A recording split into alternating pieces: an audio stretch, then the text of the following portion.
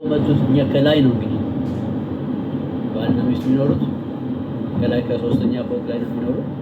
ሁለተኛ ወይም አንደኛ ፎቅ ላይ ያሉት ልክ ጸሎት ሲጀመር ይመጡና ይደበድባሉ። ልጆቻችሁ ይረግጣሉ ወለሉን። እንግዲህ ከላይ ላለ ሰው መሬት ነው፣ ከታች ላለ ሰው ደግሞ ያ መሬት ጣሪያ ነው። አንደኛ ሁለተኛ ሶስተኛ ፎቅ ላይ የሚኖሩ ሰዎች ታውቁታል። አፕስቴር ዳውንስቴር እየተባለ የሚኖሩበት ነው። እንኳን ለአቡነ ተክለ ሃይማኖት ዓመታዊ በዓል አደረሳችሁ። አቡነ ተክለ ሃይማኖት በምልጃቸው በጸሎታቸው ይጠብቋችሁ። ቤተሰቦቻችሁን መላ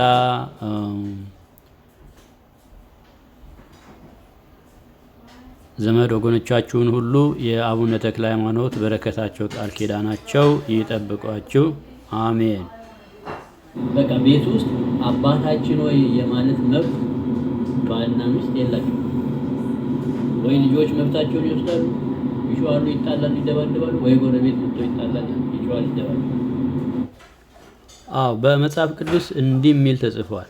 በዮሐንስ ወንጌል ምዕራፍ 9 ከቁጥር 4 ላይ በእግዚአብሔር ስም እስኪ እናንብበው። የዮሐንስ ወንጌል ምዕራፍ 9 ከቁጥር 4 ምን ይላል? በእግዚአብሔር ስም አነበዋለሁ። ዮሐንስ ወንጌል ምዕራፍ 9 ከቁጥር 4 ላይ ደጋግሜ የምነግራችሁ እንድትይዙት ነው። ቃሉን በልቦናችሁ እንድትይዙት ነው። ዮሐንስ ወንጌል ምዕራፍ 9 ከቁጥር 4 እስኪ አብራችሁኝ በሉ። የዮሐንስ ወንጌል ምዕራፍ 9 ከቁጥር 4 የዮሐንስ ወንጌል ምዕራፍ 9 ከቁጥር 4 የዮሐንስ ወንጌል ምዕራፍ 9 ከቁጥር 4 እንዲህ ይላል። በእግዚአብሔር ስም አነበዋለሁ። አስተዋይ ልቦና ለኔም ተናጋሪ አንደበትን እግዚአብሔር ይስጥ። ዮሐንስ ወንጌል ምዕራፍ 9 ከቁጥር 4 ምዕራፍ 9ን አግኝቼዋለሁ። ቁጥር 4 ላይ ቁጥር 4 ላይ ምን ይላል? ነገር ግን ቀን ሳለ የላከኝን ስራ ልሰራ ይገባኛል። ስራ የሚሰራው በቀን ነው። ማንም ስራ ሊሰራ የማይችልባት ሌሊት ትመጣለች። አያችሁ? መጀመሪያ ምን አለ? ቀን አለ። ቀን ሳለ ስራዬን ልስራ፣ ነገር ግን ሌሊት ይመጣል ይመሻል፣ ማንም ሊሰራ የማይችልባት ሌሊት ትመጣለችና። በደንብ አድምጡ የእግዚአብሔር ልጆች። ምን ይላል? ቀን ሳለ ማለት ቀኑ ሳይመሽ። አሁን ብዙውን ጊዜ ጉዞ የምንጓዝ ሰዎች ምን እንላለን? ሳይመሽ በጊዜ እንድረስ፣ ሳይመሽ በጊዜ እንውጣ፣ ሳይመሽ እንዲናርግ፣ ሳይመሽ እንዲናድርግ። ክርስቶስን እንኳን ሲሰቅሉትና ሲገሉት ምን አሉ? ሳይመሽ በጊዜ እንስቀለው፣ ሰንበት ሳይገባ የሚቀጥለው ቀን ሳይመጣ በጊዜ እንግደለው አሉ፣ ሰንበት ሳይገባ። ስለዚህ ሳይመሽ በጊዜ ቀን ሳለ ማለት ቀን ሆኖ ገና ቀኑ ሳይመሽ ፀሐይ ሳትጠልቅ ማለት ነው። ስራዬን ልስራ ሳይመሽ ማለት ነው። የዮሐንስ ወንጌል ምዕራፍ 9 ከቁጥር 4 ወደ ገጠመኙ ልውሰዳችሁ። መስገድ አይታመንም። እቃ ጣላችሁብን፣ ጣሪያውን መታችሁብን፣ አነቃንቃችሁብን፣ ትደንሳላችሁ፣ ትጮኻላችሁ ይባላል፣ ይከሰሳል። በየጊዜው ከቤቱ ባለቤት ዘንድ ክስ ይቀርባል። በየጊዜው ጣሪያውን ይደበድቡብናል፣ ይጮሁብናል፣ ይዘሉብናል፣ ይደባደባሉ። በእርግጥ ልጆች ይሄ የሆነው እንግዲህ በውጭው ዓለም አንድ ቤተሰብ ላይ እየደረሰ ያለ ፈተና ነው። ሲጸልዩ ሲሰግዱ ከታች ያሉት ሰዎች ከታች ያሉ መናፍስት እየተንጫጩ እየከሰሷቸው ከቤት እንዲወጡ ከቤት እንዳይጸልዩባቸው እንዳይሰግዱባቸው ጣሪያውን አነቃነቁብን ነው የሚለው። እንግዲህ መናፍስቱ አያችሁ፣ የእናንተ ትንሽ ጉልበት እንግዲህ እነሱ እኮ ይጨፍራሉ ሌሊቱን ሙሉ ዲጄ ሲጨፍሩ ሌሊቱን ሙሉ ዘፈን ሲዘፍኑ ሲረግጡ፣ ሲራገጡ፣ ሲደባደቡ፣ ሲጠጡ፣ ሲሰክሩ ሜዳውን ሁሉ ግቢውን ሁሉ ሲያተራምሱት እነገሌማ በቃ ደሞዝ ተቀብለዋል ቀናቸው ነው እንግዲህ ይባላል እንጂ እነሱ ረበሹ አይባሉም። እነሱ ሰላም ነሱ፣ ጸጥታ ነሱ አይባልም። ነገር ግን ከእግዚአብሔር ጋር ያላችሁ ግንኙነት እየተጠናከረ ሲሄድ እንዴት አድርጎ መናፍስቱ እንደሚንጫጫና እንደሚቃወም ነው ይሄ መገጠመኝ የሚነግራችሁ ማለት ነው። ይደባደባሉ። የደረሱ ናቸው። 15 17 ዓመት እድሜ ያላቸው ናቸው። ይጣላሉ፣ ይደባደባሉ። በር ይደበደባል፣ ግድግዳ ይደበደባል። እንደዚህ ያም የሆነው እንግዲህ ጸሎት ሲጀመር የልጆች ባህሪ ተቀይሯል። ከታች ጎረቤት ያለው እጣን ጨሰብን፣ ገማን እጣኑ ጸሎት ቤት ላይ እጣን ሲጤስ ማለት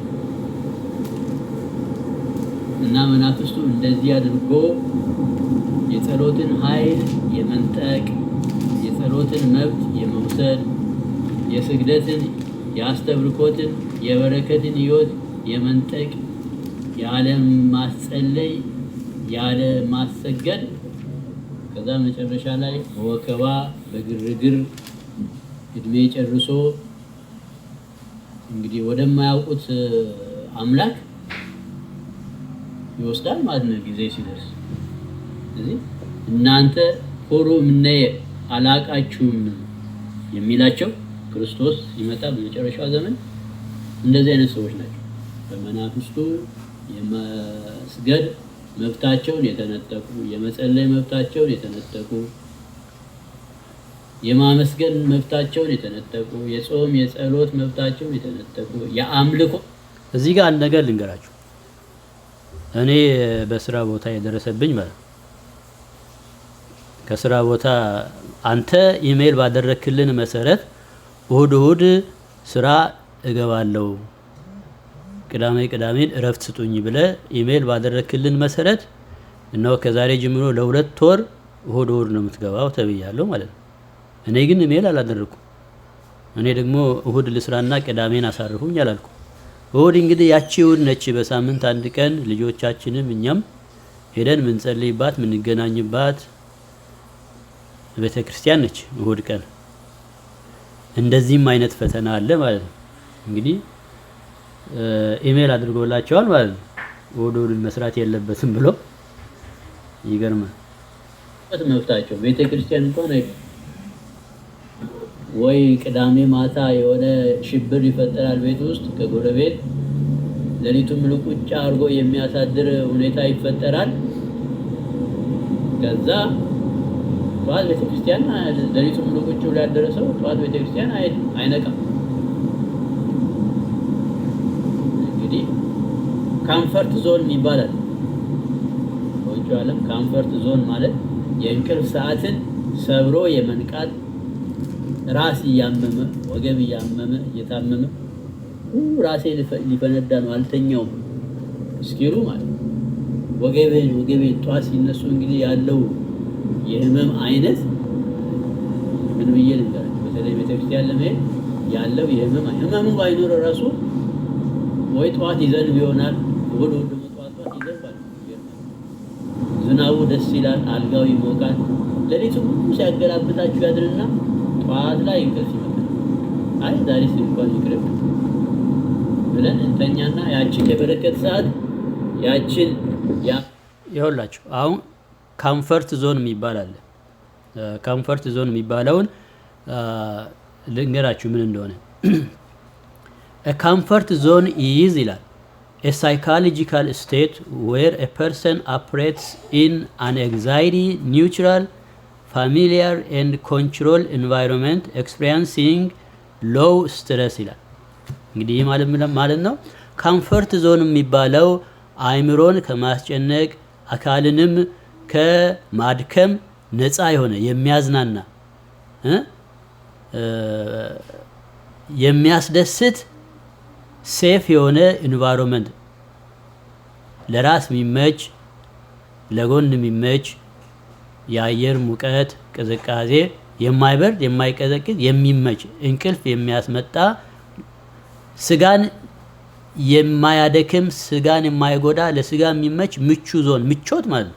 ኮምፈርት ዞን ማለት ምቾት ማለት ነው። ስለዚህ በቤተ ክርስቲያናችን አንድ ሰው እግዚአብሔርን ለማምለክ ይህንን ኮምፈርት ዞን መተው አለበት ነው። አምልኮት ሰዓት ያችን መግደላዊት ማርያም የተባረከችበትን ሌሊት በጨለማ ይላል። ማርያም መግደላዊት ሌሊት በጨለማ ወደ መቃብሩ ገስግሳ ሄደች። ሽቶም ይዛ ነበር። የታለ ኢየሱስ ክርስቶስ ሽቶ ልቀባው ወስደ እንደሆነ ንገረኝ ብላ አትክልተኛ መስሏት ኢየሱስን ራሱን ጠየቀችው። አትክልተኛ መስሏት እና ማርያም ሲላት ድምፁን አውቃ ረቡኒ አለችው። እና እንደ ማርያም መግደላዊት እሾውን፣ አመኬላውን፣ አውሬውን፣ አጋንንቱን በሌሊት እዚህ ጋር ከእግዚአብሔር ቃል አንድ ነገር ላንብብላችሁ። የዮሐንስ ወንጌል ምዕራፍ 20 ከቁጥር 11 በቃላችሁ ያዙ። የዮሐንስ ወንጌል ምዕራፍ 20 ከቁጥር 11 የዮሐንስ ወንጌል ምዕራፍ 20 ከቁጥር 11 ለማርያም መግደላዊት የተገለጸው ጌታችን ማርያም ከመቃብሩ በስተውጭ እያለቀሰች ቆማ ነበረ። እያለቀሰችም ወደ መቃብሩ ጎንበስ ብላ ተመለከተች። ሁለት መላእክትም ነጭ ልብስ ለብሰው የጌታችን የኢየሱስን ሥጋ በነበረበት ቦታ አንዱ በራስጌ አንዱም በግርጌ ተቀምጠው አየች።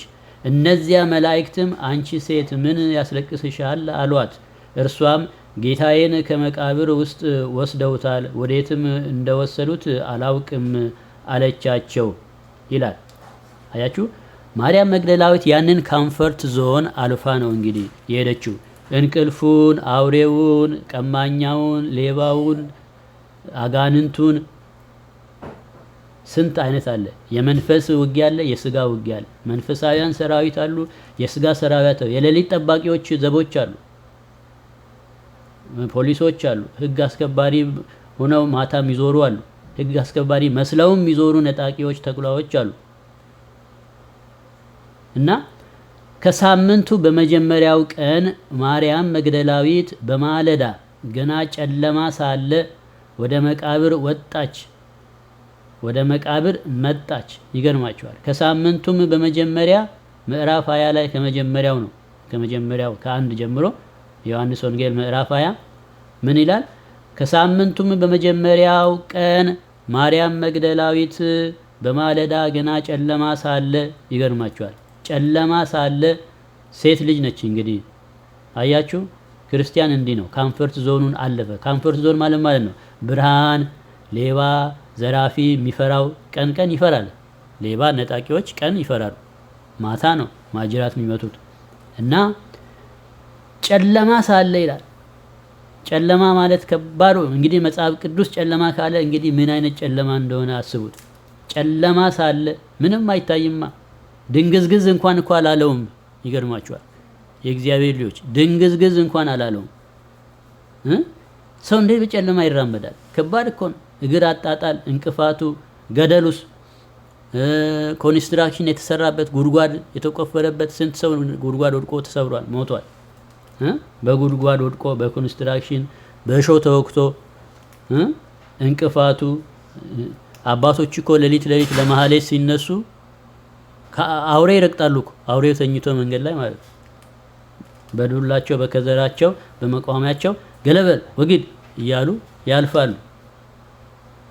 እና ገና ጨለማ ሳለ ወደ መቃብር መጣች። ድንጋዩንም ከመቃብሩ አፍ ተነስቶ አገኘች።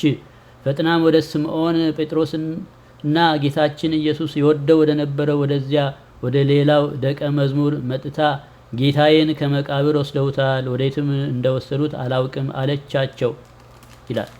እንግዲህ ይህችን ቅድስት የሆነች እናት፣ ምስኪን ድንቅ እናት ነው የምናይ። ማርያም መግደላዊት አደጋ አለ፣ ስንት አይነት ፈተና አለ። ያን ሁሉ የተፈጥሮውን ሰው ሰራሹን ፈተና ይሄ ኮምፈርት ዞን የሚባለውን አምልጦ ራሱን ይካድ ይላል አይደል? እኔን የሚወድ ራሱን ይካድ፣ እንቅልፉን ይካድ፣ አልጋውን መኝታውን ይካድ፣ ምቾቱን ይካድ። አይደለም ይለው ብዙ ጊዜ ሳልተኛ ሰነበትኩ ይላል ሐዋርያው ቅዱስ ጳውሎስ። ብዙ ቀኖች ያለ እንቅልፍ አሳለፍኩ። ብዙ ቀኖች ቤት ሳላድር ውጭ አሳለፍኩ። ብዙ ቀኖች ተገረፉ፣ ተጣልኩ፣ ሞቷል ተብዬ ተጥዬ ነበረ ይላል ሐዋርያው ቅዱስ ጳውሎስ ክርስቶስን ሲከተል ያገኘውን መከራ። ይኸውላችሁ አንድ ወዳጅ ያጫወተኝ እሱ ስለ መንፈስ ገብቶታል፣ ስለ ርኩሳን መናፍስት ጥቃት ገብቶታል። በቤተሰቡ በጓደኞቹ በስራ ቦታ የተደረገበት ብዙ ነገር አለ። እንግዲህ መናፍስት ብዙ አይነት ናቸው። አንድ እኛ በኃጢአታችን በድካማችን የምናስገባቸው ናቸው። ሁለት ከቤተሰብ ሳናቅ የተወራረሱ ናቸው። ቤተሰብ ጠንቋይ ቤት የሚሄድ ቤተሰብ የተለያዩ ክፉ ኃጢአቶች ሰርቶ ንስሐ ሳይገባ የሞተ ቤተሰብ ከሆነ ወደ ልጆቹ በዘር ዛር ሆኖ ይተላለፋል። እንደገና ደግሞ ራሳችን ሰዎች የሚያመጡብን አለ። መተቱ ከሰው የሚላከው የእድል መተቱ፣ የትዳር መተቱ፣ የአእምሮ መተቱ ማለት ነው። የሀብት መተት ከሰው በሰው የሚላኩት ማለት በደፍተራ በቃልቻ የሚላኩት እና ይሄ ሁሉ አለ። ይሄ ሁሉ ገብቶት እየታገለ ያለ አንድ አባወራ ሚስቱ ምንም ያልገባት እንዲገባትም አትፈልግ ረነ ከዘንዘ ነገር አልነካካ ምትል ግን መነካካት ሳይሆን እዛ ተንቦጫርቃ የቀረች ማለት ነው እና አለ እንደዚህ እና እሱ ሲጸልይ እሷ ላይ ይመጣና ቤት መታ ፖሊስ ትደውላለች። በቃ አይኑ ቀልቷል፣ ሊገለኝ ይፈልጋል፣ ያስፈራራኛል፣ እንደዚህ ያስፈራታል። ሲገባ ቤት ሲገባ እሷ ነች መንፈሱ ያለባት፣ ግን እሱ ያስፈራታል፣ ባሏ ያስፈራታል። ምስኪኑ ከእግዚአብሔር ጋር ሊታገል የሚታገለው የመንፈሳዊውን ትግል የሚታገለው ባሏ ያስፈራታል። መፈራት ያለባት እሷ እኮ ነች። መናፍስትን የያዘች የምታስታምም መናፍስትን የምትንከባከብ መጸለይ መጾም ማትፈልግ ካምፎርት ዞኗን መተው ማትፈልግ ማለት ነው። እና እንደዛ ለፖሊስ ትደውልና ታስወጣዋለች ከቤት። በቃ እንግዲህ እሷ ነች የደወለችልን ውጣ ይባላል ማለት ነው። ስለዚህ ቅድም የነገርኳችሁ ናችሁ። ቀን ሳለ ስራዬን ልስራ ማንም ሰው ሊሰራ የማይችልባት ሌሊት ትመጣለች ያለው ይሄ ነው። ይሄ እንግዲህ ሌሊት ነው። ቀን ይመስላል ፀሐይ ነው፣ ቀን ይመስላል ብርሃን ነው። ነገር ግን መንፈሳዊ ጨለማ ነው። መንፈሳዊ ጨለማ ነው። ከእግዚአብሔር ጋር መገናኘት አይቻልም። ይሄ ሰው እንግዲህ መብቱን ተነጥቋል። በፖሊስ ከቤት ወጥቷል። ሜዳ ላይ ይጣላል ማለት ነው። በእኔ ቤት ልትጸልይ ስልጣን የለህም ነው ዛሩ የሚለው ሚስት ላይ ተቀምጦ። በተቃራኒም አለ ባልና ተቀምጦ ሚስት እንዳትጸልይ የሚያደርግ አለ። እና ካምፈርት ዞኑን ስትነኩበት እንደዚህ አይነት ፈተና ያመጣል ማለት ነው። እንቅልፍ ማጣት፣ ጤና ማጣት፣ መደብደብ፣ መቀጥቀጥ፣ መታሰር፣ መንገላታት። ሐዋርያው ቅዱስ ጳውሎስ ወደ ቆሮንቶስ ሰዎች በላከው ሁለተኛ መልእክቱ ላይ አንደኛው ቆሮንቶስ አለ፣ ይሄ ግን ሁለተኛ ነው። ሁለተኛ ቆሮንቶስ ምዕራፍ 11 ከቁጥር 27 ላይ ምዕራፍ 11 ከቁጥር 27 ላይ እንዲህ ይላል። በእግዚአብሔር ቃል አነበዋለሁ። የእግዚአብሔር ልጆች ስሙኝ። ሶስተኛው ጥቅሴ ነው እንግዲህ የሐዋርያው የቅዱስ ጳውሎስ መልእክት ወደ ቆሮንቶስ ሰዎች የተላከ ሁለተኛ ቆሮንቶስ ምዕራፍ 11 ከቁጥር 27 ሁለተኛ ቆሮንቶስ ምዕራፍ 11 ከቁጥር 27 ምዕራፍ 11 ከቁጥር 27 ሁለተኛ ቆሮንቶስ ምዕራፍ 11 ከቁጥር 27 23 አግኝቼዋለሁ። 23 24 27 በመንገድ ዘወትር መከራ እቀበል ነበር፣ በወንዝም መከራ ተቀበልኩ። ወንበዴዎችም አሰቃዩኝ፣ ዘመዶቼም አስጨነቁኝ። አሕዛብ መከራ ሆኑብኝ።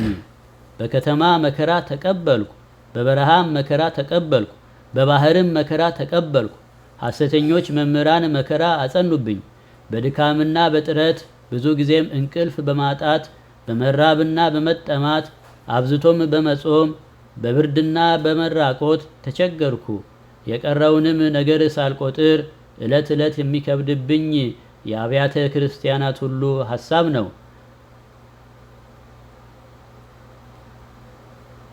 ታሞ እኔ የማላዝንለት ማን ነው? በድሎስ እኔ የማልደነግጥለት ማን ነው? ይላል። አያችሁ፣ ሰው ሲበድል፣ ሰው ኃጢአት ሲሰራ መፍረድ አይደለም። ባል ሚስት ላይ ኃጢአት ቢሰራ ቢበድል ማዘን ነው ለዛ ሰው። ሚስት በባሏ ላይ ኃጢአት ብትሰራ ብትበድል ያቺ ሰው ታሳዝናለች እንጂ ውይ አይኗ አይጥፋ፣ እንደው ድራሹ አይጥፋ፣ እንደው ድራሹ ይጥፋ የማይረባ እቺ ማትረባ ተብሎ ከነሱ የባሱ ሰዎች እንግዲህ በእነዚህ ሰዎች ላይ ሲፈርዱ ስናይ ሰውን በበደሉ በድካሙ ማዘን እንጂ መፍረድ እንደማይገባ ሐዋርያው ቅዱስ ጳውሎስ በመጨረሻ የተናገራት በድሎስ እኔም ማልደነግጥለት ማን ነው? ታሞስ እኔም ማላስብለት ማናዝንለት ማን ነው? ሁሉንም አይቼዋለሁ ነው የሚለው። እግዚአብሔርን በድሎ አይቷል። ኢየሱስ ክርስቶስን በኃይል ረግጦት አንተስ መመለስ ላይቀር ረገጥከኝ ሲለው ተጨማሪ ዱላ አዞለታል። ኢየሱስ ክርስቶስ ከተቀበላቸው ግርፋት ላይ ተጨማሪ ብሎ አዞ ተጨማሪ አስገርፎታል አምላኩን ማለት ሐዋርያው ቅዱስ ጳውሎስ ሳይመለስ በፊት ነው። እና ሐዋርያው ቅዱስ ጳውሎስ እንግዲህ ምን ብለዋል? በክርስቶስ በማመን ፈንታ የሚደርስበትን መከራ ደግሜ ባነብላችሁ ደስ ባለኝ። እንደዚህ ይላል እኮ በመንገድ ዘወትር መከራ እቀበል ነበር፣ በወንዝ መከራ ተቀበልኩ፣ ወንበዴዎች አሰቃዩኝ፣ ዘመዶቼ አስጨነቁኝ፣ አሕዛብ መከራ አጸኑብኝ፣ በከተማ መከራ ተቀበልኩ፣ በበረሃ መከራ ተቀበልኩ፣ በባህር መከራ ተቀበልኩ። ጉዞ ላይ ያለ ነው። ሐሰተኞች መምህራን መከራን አጸኑብኝ። በድካምና በጥረት ብዙ ጊዜም እንቅልፍ በማጣት በመራብና በመጠማት አብዝቶም በመጾም በብርድና በመራቆት ተቸገርኩ። የቀረውን ነገር ሳልቆጥር ዕለት ዕለት የሚከብድብኝ ግን የአብያተ ክርስቲያናት ጉዳይ ነው እንጂ ይህማ የስጋ ፈተና ይቻላል ነው ይቻላል። እና ብዙ ወላጆች፣ ብዙ ቤተሰቦች፣ ብዙ ባለትዳሮች፣ ብዙ ልጆች እግዚአብሔርን የማምለክ መብታቸውን በርኩሳን መናፍስት ተነጥቀዋል። ይቆየን። የእግዚአብሔር አብ ጸጋ፣ የእግዚአብሔር ወልድ ፍቅር፣ የእግዚአብሔር መንፈስ ቅዱስ አንድነት፣ የቅድስት ድንግል ማርያም አማላጅነት፣ የአባታችሁ የአባታችን የአቡነ ተክለ ሃይማኖት ጸሎታቸው፣ ቃል ኪዳናቸው፣ በረከታቸው ከሁላችን ጋር ይኑር ለዘላለሙ አሜን። አባታችን ሆይ እንበል። አባታችን ሆይ በሰማያት የምትኖር ስምህ ይቀደስ፣ መንግስትህ ትምጣ፣ ፈቃድህ በሰማይ እንደሆነች እንዲሁም በምድር ትሁን። የዕለት እንጀራችንን ስጠን ለዛሬ፣ በደላችንን ይቅር በለን እኛም የበደሉንን ይቅር እንደምንል። አቤቱ ወደ ፈተናም አታግባን ከክፉ ሁሉ አድነን እንጂ መንግስት ያንተ ናትና፣ ኃይል፣ ክብር፣ ምስጋና ለዘላለሙ አሜን። እመቤታችን ቅድስት ድንግል ማርያም ሆይ በመልአኩ በቅዱስ ገብርኤል ሰላምታ ቃል ሰላም እንልሻለን። በሀሳብሽ ድንግል ነሽ፣ በስጋሽም ድንግል ነሽ። የአሸናፊ እግዚአብሔር እናት ሆይ ሰላምታ ላንቺ ይገባሻል። ከሴቶች ሁሉ ተለይተሽ አንቺ የተባረክሽ ነሽ፣ የማኅፀንሽን ፍሬ ቡሩክ ነው። ጸጋን የተመላሽ ቅድስት ሆይ ደስ ይበልሽ፣ ልዑል እግዚአብሔር ካንቺ ጋር ነውና ከተወደደው ልጅሽ ከጌታችን ከመድኃኒታችን ከኢየሱስ ክርስቶስ ዘንድ ይቅርታና ምሕረትን ለምኝልን ኃጢአታችን ያስተሰርይልን ዘንድ ለዘላለሙ አሜን። ኦ አምላከ ተክለ ሃይማኖት፣ አምላከ ተክለ ሃይማኖት፣ አምላከ ተክለ ሃይማኖት አድነን ይመከራ ስጋው ነፍስ ለዓለም ዓለም አሜን። ይቆየን።